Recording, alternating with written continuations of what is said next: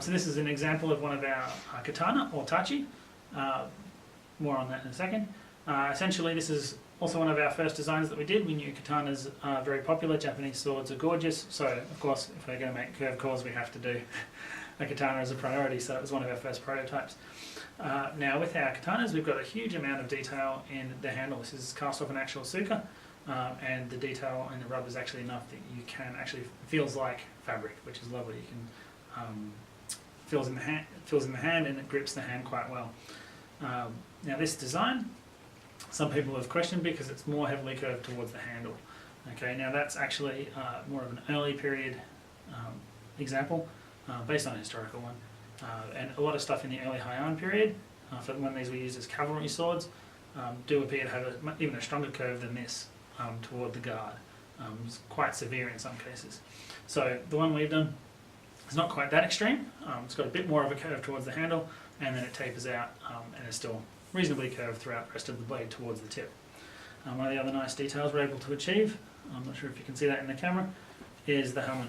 So the hamon we went with was one of our favourites, which is called Sengan. Double check that spelling in a sec. I think it might be Sanbon Sugi. Sanbon Sugi, that's right, Sanbon Sugi, which means three-seater pattern. Okay, so it looks like, you know, trees lined up together in a forest, like a skyline or a tree line, which is absolutely gorgeous, we found. So that's what we chose. There's a whole bunch of beautiful hamons, they're all great. This just happened to be our favourite. So that's pretty much a katana. The difference between a katana and a tachi is sort of difficult to define, but it does seem that the tachi were used primarily as cavalry swords, and they were drawn edge down, or worn edge down, or across the back. Obviously that fits better when you're on a horse, whereas a katana refers to obviously your foot samurai, and they would often be worn edge up so that you can draw and strike downward in the same motion.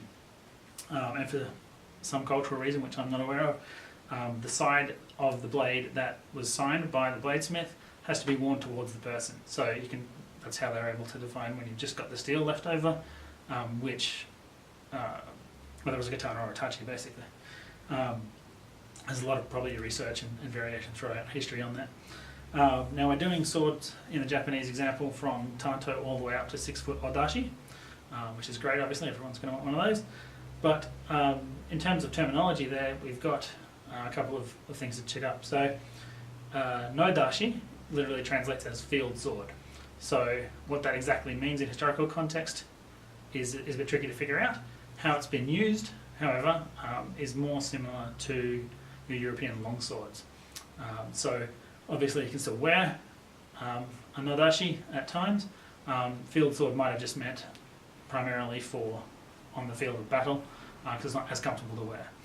The size that we've gone to define that as for our sword line is around the 150-160 centimetre size, so equivalent to a European longsword. So larger than what you would want to comfortably use on foot, more practical for war than for carrying around on person, but not quite yet a great sword. Then we've got odashi, which does literally translate as great sword, and essentially we're taking that for anything over the 170 centimetre mark. Again, there's historical examples of that size and even larger of odashi, and they were used as great swords on foot in battle, primarily for dealing with cavalry and heavy infantry. Definitely not a personal defence weapon or something you're going to carry around every day of the week, so they often even didn't have scabbards. That's how we've chosen to define it. You do get some variation. Some sword schools will use nodashi just as their term for something of this size, and that seems to, from what I could research, to come up with just a historical basis where these were longer than the previous swords and were designed for war. So personal defence swords, then the bigger swords came in for war, they called them nodashi, so those sword schools often refer to swords of this kind of size as a nodashi.